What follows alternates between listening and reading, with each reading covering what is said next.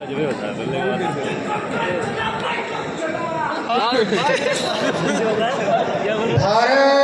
माता की जोहार। झारखंड राम के संघर्ष का आधार लिखने जा रहे हैं। राम के संघर्ष का आधार लिखने जा रहे हैं। हम समय की मांग पर संस्कार लिखने जा रहे हैं।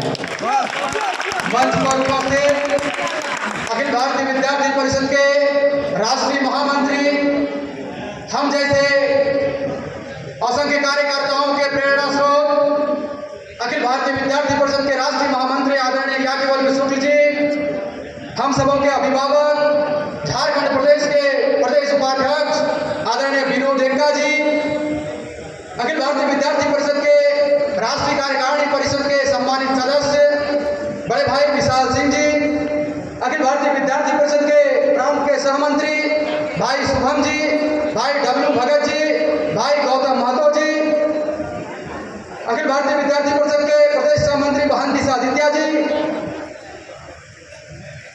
साहेबगंज की निवासी अखिल भारतीय विद्यार्थी परिषद के प्रांत सह छात्रा प्रमुख, जिनके अभी ओजस्वी भाषण को आप सबों ने सुना, बहन सुनिधि जी, सामने से अपना मार्गदर्शन दे रहे अखिल भारतीय विद्यार्थी परिषद के आदरणीय प्रांत प्रमुख डॉक्टर पंकज सर, अखिल भारतीय जनजातीय कार्य प्रमुख प्रमोद दादा, विद्यार्थी परिषद के झारखंड प्रांत के संगठन मंत्री आदरणीय नीलेश जी, एवं झारखंड प्रांत के सभी जिलों से आए हुए आप सभी युवा तरुणाई को मैं नमस्कार करता हूं।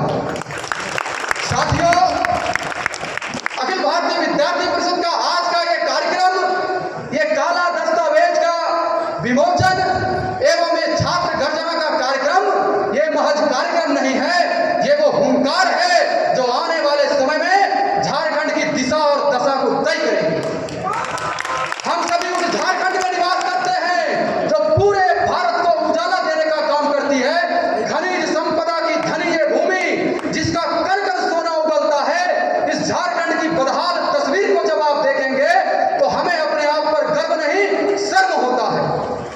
जब झारखंड के अंदर में, जिस संथाल परगना के अंदर में आए दिन बढ़ते बांग्लादेशी घुसपैठ, लैंड जिहाद, लव जिहाद का संरक्षण झारखंड के सत्तासीन नेता देते हैं, तब वास्तविक में हम युवाओं को चिंता करने की आवश्यकता है।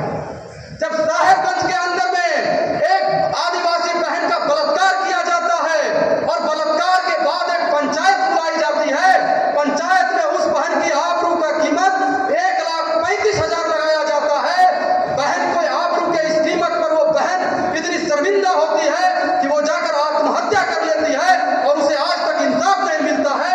तो मुझे लगता है कि सत्तासीन सरकार को चुल्लू भगवानी में नाक रगड़कर दम तोड़ देनी चाहिए। जब किसी बहन के ऊपर 52 टुकड़ा 55 टुकड़ा पेट्रोल कांड की घटना घटती है और जब सरकार उस पर संरक्षण देने का काम करती है, तो वास्तविक मायने में मैया सम्मान योजना नहीं, मैया बचाओ योजना चलानी चाहिए। झारखंड के अंदर में जिस प्रकार से आप बदहाल शिक्षा का क्षेत्र देखेंगे, आए समय में एक भी ऐसा महाविद्यालय नहीं है, एक भी ऐसा स्कूल नहीं है जिस स्कूल में कि अस्थायी प्रधानाध्यापक है।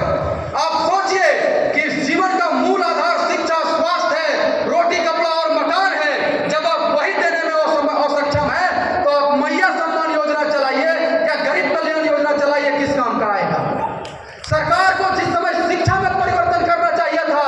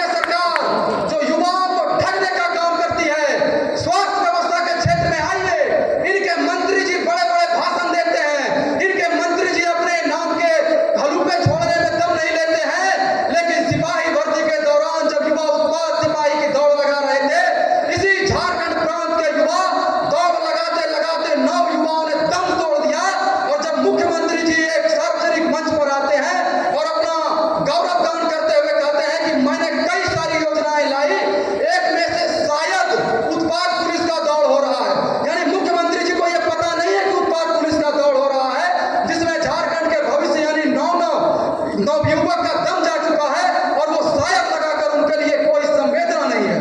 आप सोचिए किस प्रकार की स्वास्थ्य व्यवस्था इस झारखंड में है कि युवा जाते हैं सिपाही भर्ती में और उनका सब उनके घर पहुंचता है और मुख्यमंत्री जी और उनके मंत्री जी के कानों में क्यों नहीं रेंगता है। साथियों, ये छात्र गर्जना का कार्यक्रम इसलिए भी है कि हम सभी जानते हैं कि झारखंड ही वो धरती है जो क्रांतिकारियों की भूमि रही है। हम सबों ने बिरसा मुंडा, सिद्धू कान्हू, फूलो झानो, चांद भैरव ऐसे अनेकों क्रांतिकारी दिए हैं जिन्होंने झारखंड की दिशा और दशा को समय पर साबित किया है। आज हम युवाओं के ऊपर ये जिम्मेदारी है कि हम इस झारखंड को आने वाले समय में किस ओर लेकर जाना चाहते हैं। ये हमारे कंधे पर जिम्मेदारी है। आज